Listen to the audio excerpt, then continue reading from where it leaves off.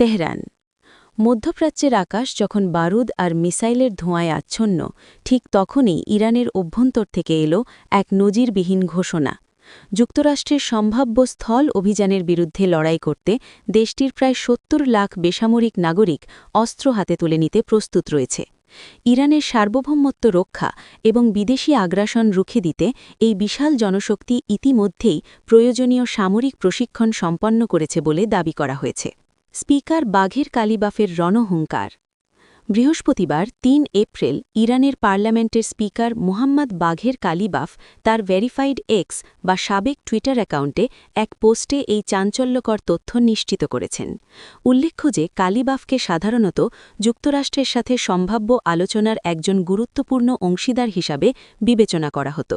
তবে যুদ্ধ শুরু হওয়ার পর থেকে তিনি ওয়াশিংটনকে চ্যালেঞ্জ জানিয়ে একের পর এক কঠোর বার্তা দিয়ে যাচ্ছেন। তিনি তার পোস্টে লিখেছেন, গত এক সপ্তাহেরও কম সময়ের মধ্যে দেশজুড়ে ছড়িয়ে পড়া একটি শক্তিশালী জাতীয় আন্দোলন প্রায় ৭০ লাখ ইরানিকে সামনে এনেছে। তারা ইতিমধ্যে আমাদের জাতির প্রতিরক্ষায় অস্ত্র হাতে তুলে নিতে এবং ফ্রন্টলাইনে দাঁড়াতে প্রস্তুত বলে আনুষ্ঠানিকভাবে ঘোষণা দিয়েছেন।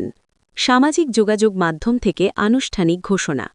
গত কয়েক দিন ধরেই ইরানের সাধারণ মানুষের মধ্যে যুদ্ধের প্রস্তুতির বিষয়টি সামাজিক যোগাযোগ মাধ্যমে ব্যাপক চর্চা হচ্ছিল। তবে প্রায় ৯০ কোটি জনসংখ্যার এই দেশটিতে বাঘের কালিবাফি প্রথম উচ্চপদস্থ কোনো সরকারি কর্মকর্তা, যিনি এই বিশাল স্বেচ্ছাসেবী বাহিনীর কথা আনুষ্ঠানিকভাবে বিশ্ববাসীর সামনে তুলে ধরলেন। বিশ্লেষকরা মনে করছেন, এটি কেবল একটি ঘোষণা নয়, বরং ওয়াশিংটনকে দেওয়া তেহরানের একটি সরাসরি সামরিক বার্তা। কেন এই জাতীয় আন্দোলন? ইরানের ওপর গত কয়েক সপ্তাহের টানা বিমান ও মিসাইল হামলার পর দেশটির সাধারণ মানুষের মধ্যে জাতীয়তাবাদী চেতনা তীব্রতর হয়েছে। ৯০,০০০ ঘরবাড়ি এবং শত শত স্কুল হাসপাতাল ধ্বংস হওয়ার ঘটনায় ইরানিদের মধ্যে ক্ষোভের আগুন জ্বলছে। প্রশিক্ষিত জনবল। এই ৭০ লাখ বেসামরিক নাগরিকের বড় একটি অংশ আগে থেকেই ইরানের বাসিজ বা স্বেচ্ছাসেবী বাহিনীর সাথে যুক্ত এবং তারা গেরিলা যুদ্ধের প্রাথমিক কৌশলে পারদর্শী। ভিয়েতনাম বা আফগানিস্তান যুদ্ধের পুনরাবৃত্তি। সামরিক বিশেষজ্ঞদের মতে যুক্তরাষ্ট্র যদি ইরানে স্থল অভিযান শুরু করে, তবে এই ৭০ লাখ সশস্ত্র বেসামরিক নাগরিক তাদের জন্য এক দুঃস্বপ্নে পরিণত হতে পারে। এটি আধুনিক যুদ্ধের ইতিহাসে সবচেয়ে বড় পাবলিক রেজিস্ট্যান্স বা গণপ্রতিরোধ হতে যাচ্ছে। গ্রিড নিউজের বিশেষ বিশ্লেষণ। স্পিকার কালিবাফের এই পোস্ট প্রমাণ করে যে ইরানের অভ্যন্তরে এখন আলোচনার চেয়ে যুদ্ধের প্রস্তুতিই বেশি।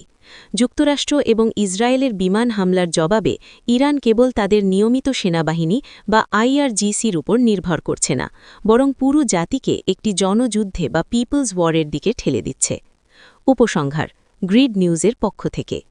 ৭০ লাখ সশস্ত্র বেসামরিক নাগরিকের এই ঘোষণা কি পেন্টাগনকে তাদের স্থল অভিযানের পরিকল্পনা পুনর্বিবেচনা করতে বাধ্য করবে, নাকি মধ্যপ্রাচ্য এক দীর্ঘস্থায়ী এবং রক্তক্ষয়ী চোলাগোক্তা যুদ্ধের গহ্বরে হারিয়ে যাবে? ইরান মার্কিন সংঘাতের প্রতিটি মোড় এবং রণাঙ্গনের সবশেষ খবর সবার আগে জানতে গ্রিড নিউজের সাথেই থাকুন।